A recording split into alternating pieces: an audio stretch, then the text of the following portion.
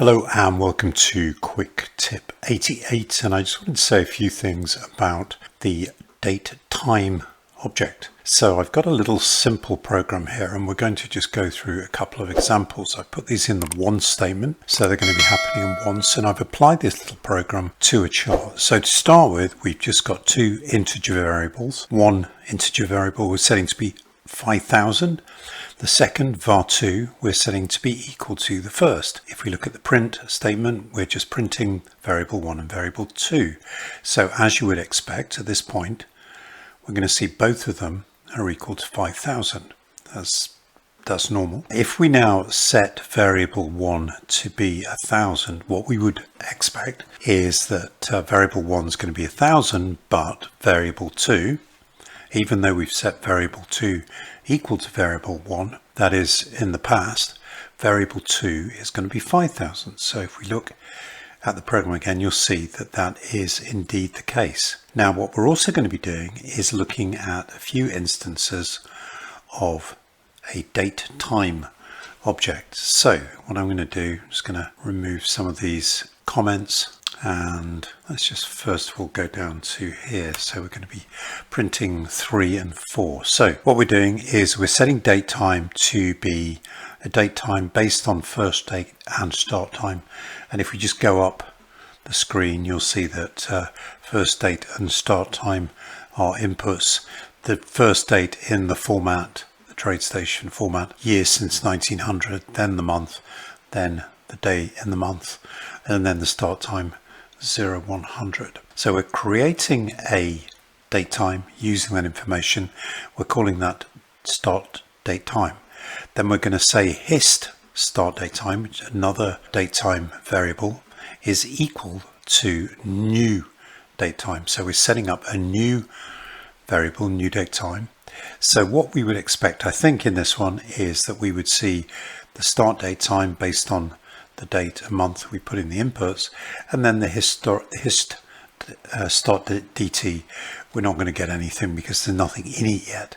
But then when we set hist start dt to be equal to start dt, then we would expect the two values to look the same or be the same. Okay, so let's just go to the program. It's going to verify that, and you'll see that we have the start date time is 30th June 1 hist. We don't have anything in that yet, but then when we set the hist start dt equal to start dt, then we should see that those two values are the same. Okay, so far so good. Now let's go a step further, and what we're going to do is add 15 minutes to start dt.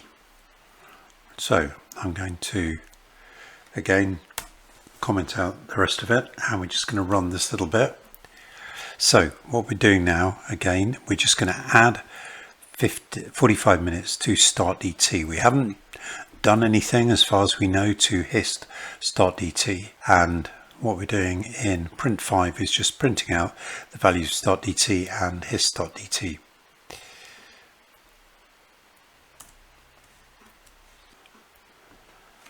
Okay, so we'll now see in this one start dt is equal to 30th of June 1:45, but what you'll see now is that we have exactly the same value for hist start dt. In other words, both these variables are pointing at the same area in memory, so they get the same values. Let's go a little bit further than that. So I'm going to say the value of hist dt is equal to the value of start dt, and then I'm going to add the value, I'm going to add another 15 minutes to start dt, and we'll see what we get now. And perhaps what we might expect is that because the two values are pointing at the same memory address, that we're going to get the same values.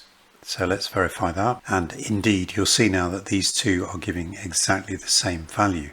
Now what if we wanted to avoid that? What if we wanted to create another variable for date time, but we wanted it to perhaps store a value of start dt in the past? Well, we can do that, and the way we do that is by using this formulation dot value. So what I've done is created another variable, start dt2, created by saying new datetime, and then I've said start dt2 dot value is equal to start dt dot value, and then I've added 29 minutes to start dt. So if this works in print 7, what we should see is that the start dt will have one value and the start dt2 will have the value that start dt did, for instance in the print statement number 6. So let's have a look. Let's verify the program, and you'll see that start dt is now 229.